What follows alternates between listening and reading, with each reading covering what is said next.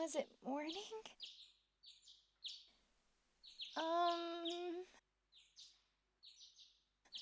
What happened to me? I attempted to recollect myself. Yes. Right.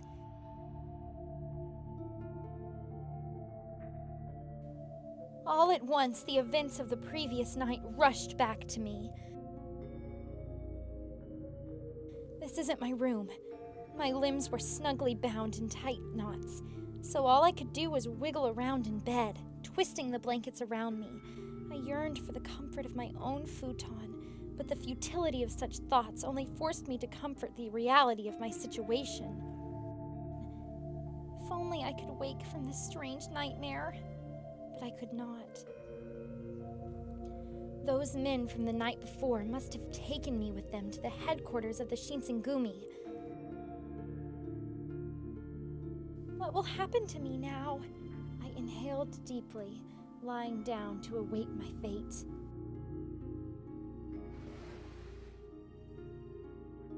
It was at that moment the door slid open, and a kind-looking man stepped through. Ah, I see you finally awoken.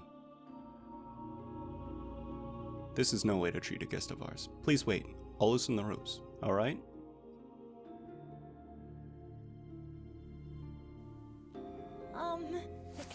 His smile quirked as he removed my ropes. My wrists, however, were left bound. And you are? Of course. How improper of me. My name is Genzaburo Inoue. Thank you, Inoue. Now, if you would, follow me.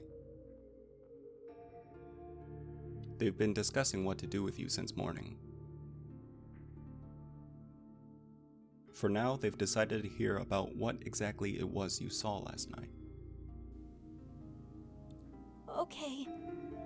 I nodded curtly and struggled to stand, but my body was sore from being bound up all night. Inoue treated me with something like courtesy, but it was clear that I was in a lesser position.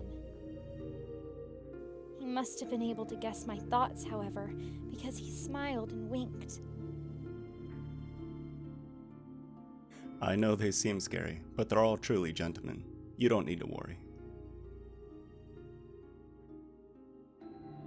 Oh. Even at home, I heard rumors of the vicious Shinsengumi that were unflattering. It was hard to imagine the people in charge of such an organization were gentlemen. The youngest man, Toto, is about your age, or perhaps slightly older. And there's a pair of guys, Nagakura and Harada, who are very lively, so you'll be fine.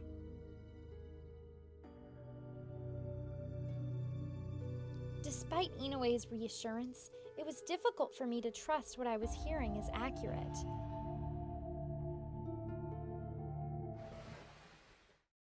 Excuse me.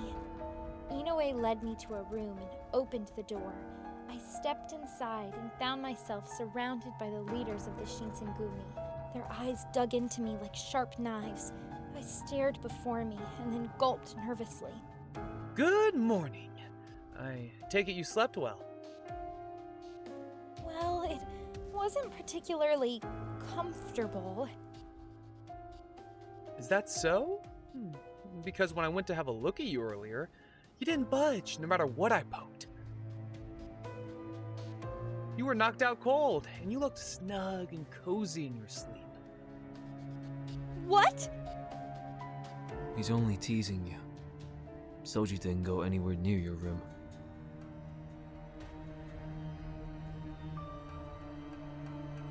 Quite silent, I stare at Okita. With his grin still spread along his face, he glances over to Saito. I just wanted to see you squirm a little. Not very nice of you, Hajime. Calling me out like that. I don't think Saito did anything wrong. You, on the other hand. Shut it. You sound like a bunch of kids. Hijikata's voice brooked no further insubordination. Okita shrugged and fell silent, but the smile lingered through his bright eyes. So, Hijikata, this is your witness?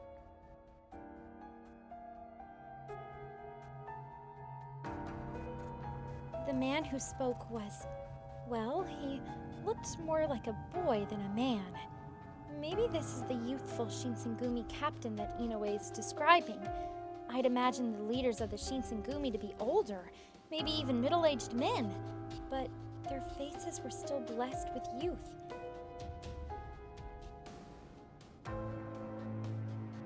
In fact, one might even confuse them at first glance for a gang of bohemian thugs. He's a real stick, huh? Just a kid. You're calling him a kid, Heisuke? That's rich. Right you are. To anybody else, I'll bet you two look like a sad pair of scrawny little brats.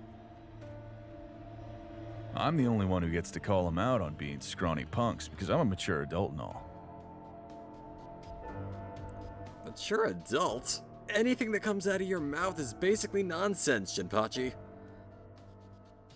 Two nearby men replied to Toto with very mocking but light-hearted tones. I somewhat recalled Inoue's description of the two energetic members. His mention of them was brief, but seeing them in person was an eye-opening experience. He said the short-haired one was Nagakura, and the other one with longer hair was Harada.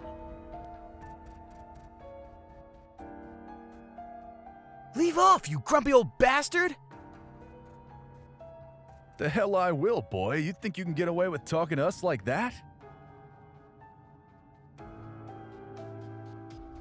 Besides, I'm hardly mature enough to be called old. Shinpachi, maybe, but not me. You son of a bitch. I thought we were friends.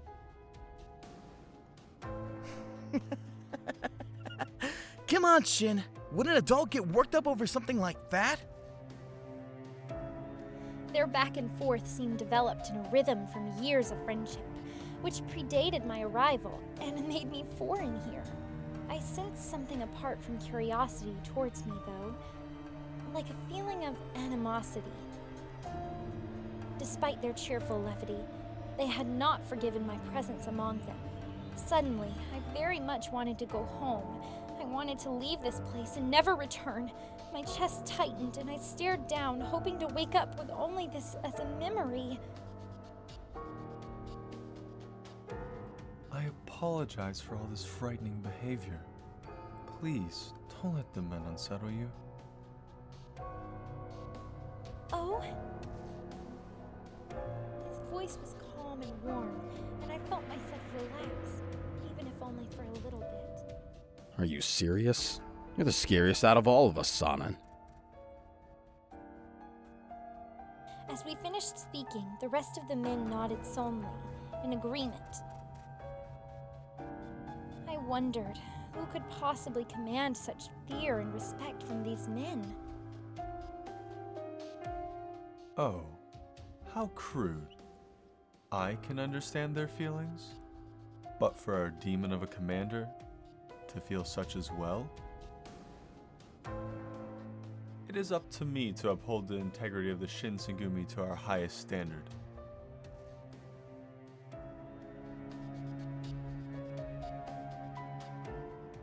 It is easy to be confused, however, when our standards, or rather our taboos, are at the mercy of our own Hijikata.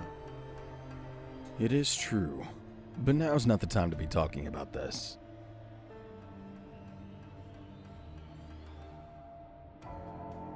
The man called Sanan and Hijikata stared at one another with a smirk.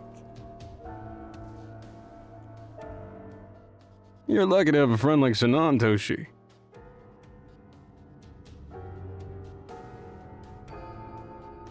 Hijikata and Sanan sounded distant when they spoke to one another, not exactly friendly. Still, the man who spoke had certainly sounded as though he thought they were friends. Oh, my apologies. I haven't introduced myself. I am Isomi Kondou, chief of the Shisengumi. When you say chief, do you mean to say that you're the most important man in the Shinzengumi? Well, I wouldn't call myself the most important. It is more accurate to say I represent everyone. Toshi over there is our commander, and Sanan is our colonel.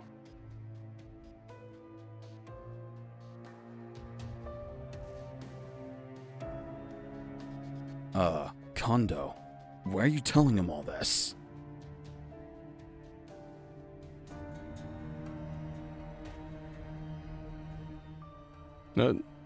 Why? Do you think it's a bad idea? Well, unless you think this kid should learn our secrets, maybe you should keep your mouth shut. Exactly. Why bother anyway?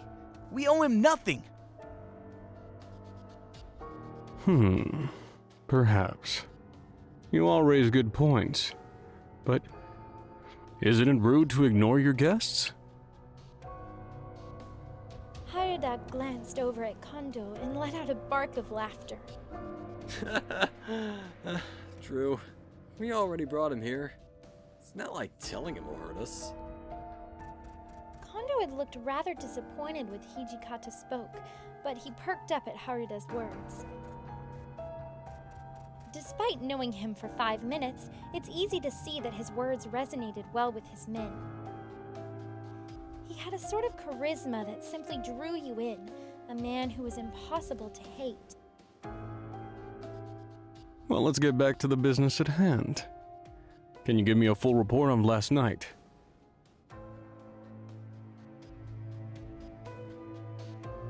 Last night, we were on patrol when we encountered some wandering Ronin. They drew steel, so we fought.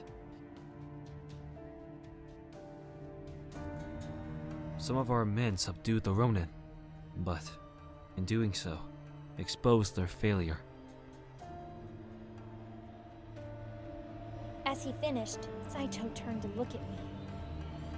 I didn't see anything! Even with my insistence, Hijikata continued to stare at me with a harsh glance. Saito remained expressionless, and the smile on Okita's face didn't change. Huh?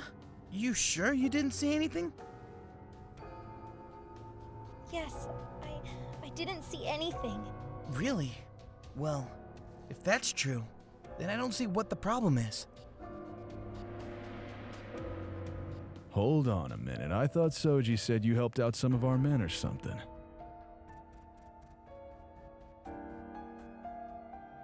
No, that's not true! I glanced over at Okita, but his smile still remained. Whatever he was thinking was a mystery to me. I was running away from the Ronin. Then people with Shinsengumi uniforms appeared. Really, they sort of rescued me. That means you saw them slicing up those Ronin, right? I couldn't exactly deny that. However, I knew that choosing to stay silent would implicate me deeper than lying would. So, in other words, you actually saw everything. The whole ugly business. You've got an honest heart. That's not really a bad thing, but... I wasn't sure what to make of Harada's words. My presence seemed bad for the Shinsengumi.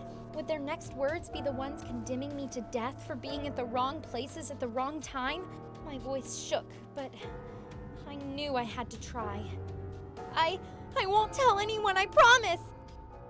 It seems unlikely this attack was mere chance. Yet it seems unlikely too that you're an enemy.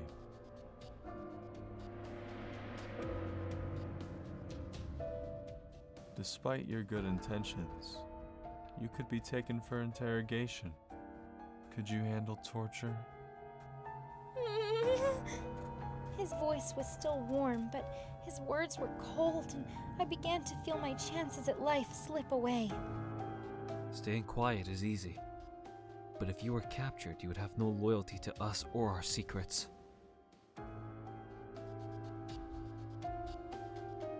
Yeah, we have no way of verifying your word.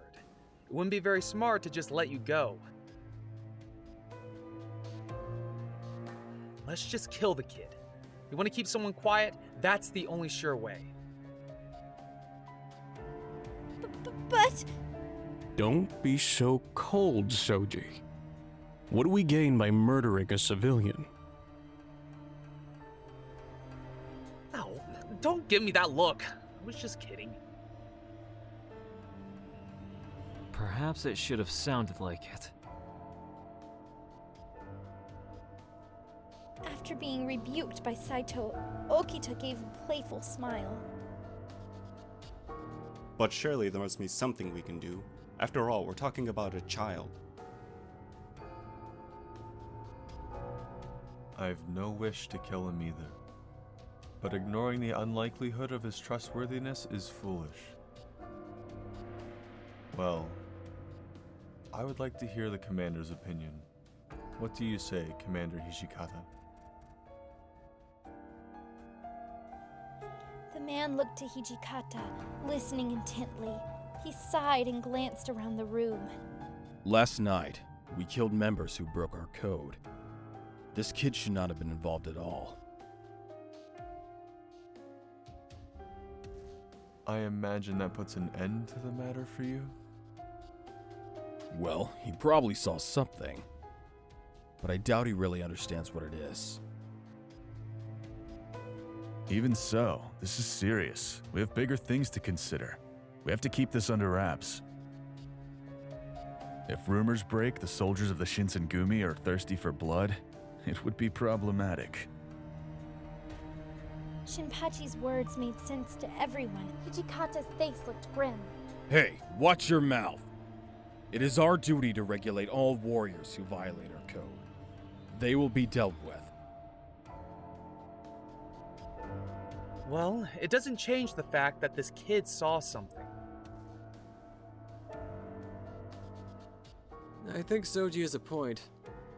But still, I'll do whatever Hijikata and Kondou tell me to. I think we ought to let him go. He doesn't know everything, you know?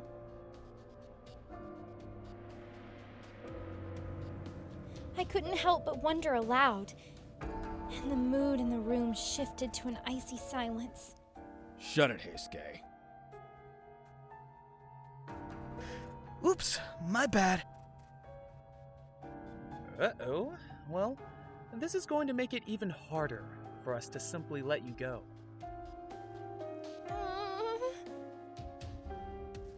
A man should always be ready to face death. You should make peace with yours. A man? Oh, that's right. They still believe I'm a boy.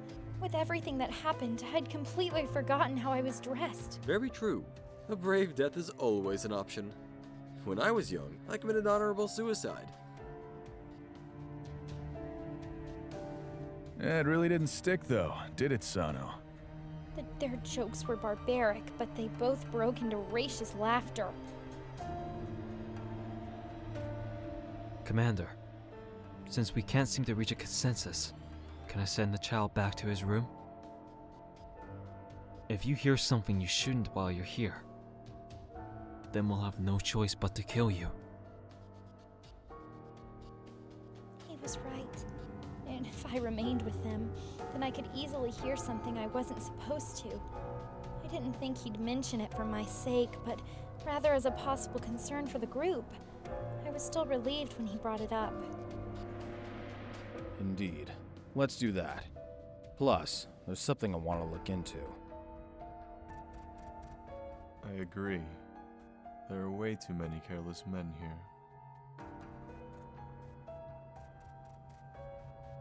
Come on, Sanan.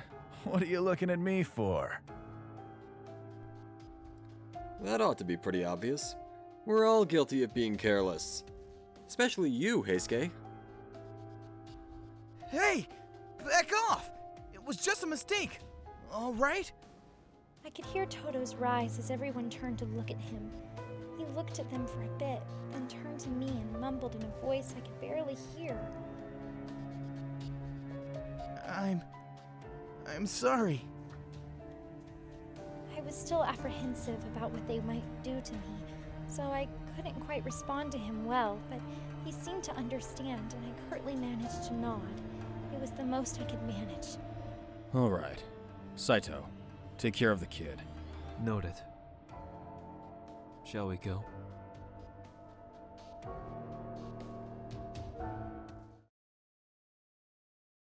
After returning to my room, I'd spent some time reflecting upon my state and my still bound hands. The rumors spoke of the Shinsengumi as vicious men, but they seemed more intimate, human to me. Still, their presence of their being lingered through me, as if to say, we're not killers, but to protect our code, we must bring death. Remaining here is only bringing me closer to the possibility of them killing me. I don't know if I can convince them to spare me. Just as I have no loyalty to them, they have no loyalty to me. Only the Shinsengumi. But then, they mentioned a man must always be ready to face death. So, are they still mistaking me for a man? Could I possibly risk exposing my true identity in exchange for mercy on my life? But this could just as easily backfire for me, and it could bring on an even worse fate. I was truly at a loss for what to do. When did I give you permission to leave, fucker? Stay to hear more of my curses. And remember to leave a like and hit the subscribe button. And if you do not wish to be caught off guard, I recommend hitting the bell icon for notifications for future uploads.